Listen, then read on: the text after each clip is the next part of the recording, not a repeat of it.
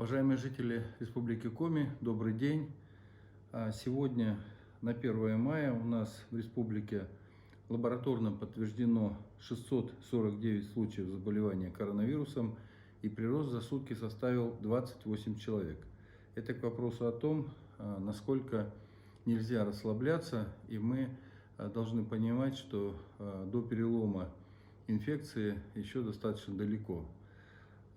Мы анализируем, как я вам и говорил, каждый случай по этим 28 человекам. Мы понимаем, что это вот как раз дополнительные контакты, которые дали и по Ухте, по больнице психиатрической, и контакты, которые нарушили режим самоизоляции, но тем не менее вот прирост такой. Под медицинским наблюдением сегодня находится 3427 человек, и выздоровевших 64 человека. Хочу сегодня начать с нескольких важных новостей, прежде всего информацию, касающихся предпринимателей. Вчера я подписал указ о продлении режима повышенной готовности на территории республики до 11 мая включительно, и в нем изменен подход к определению организаций, которым разрешено вести свою деятельность в условиях этого режима повышенной готовности. В чем это изменение? Если раньше мы составляли перечень тех, кому можно было вести свою деятельность, и при таком подходе могли просто кого-то упустить, то теперь мы пошли другим путем.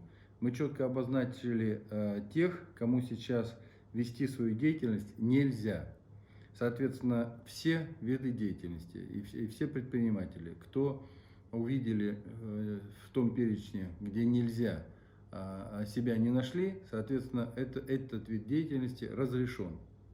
То есть принцип от обратного. И, конечно же, как я и говорил, мы будем, не ожидая каких-то указаний, мы будем идти так, как и рекомендовал Владимир Владимирович Путин 28 числа, исходя из своих внутренних в республике соотношений угрозы заболевания, распространения или тот момент, когда какие-то виды деятельности уже можно открывать и давать послабления.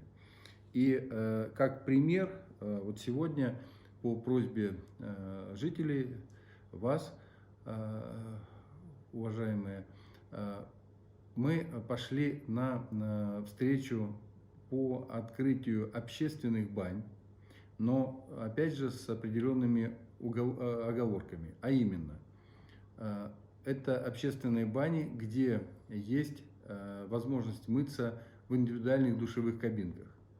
И все равно это делать надо будет по записи.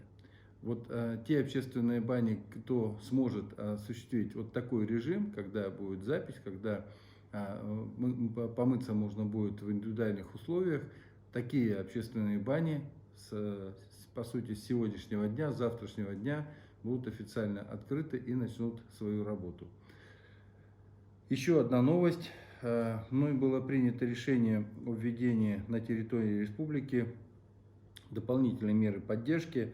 Она касается малоимущих граждан и имеющих огород и выращивающих для себя картофель. Но я тут сразу оговорюсь, даже если у вас нет огорода, то даны указания муниципалитетам, что вы можете в заявительном порядке взять надел для того, чтобы посадить картофель, как было сказано, там, на ведро картошки всегда земли найдем, так ответили ваши руководители муниципалитетов, для того, чтобы высадить картофель, чтобы на зиму был свой урожай.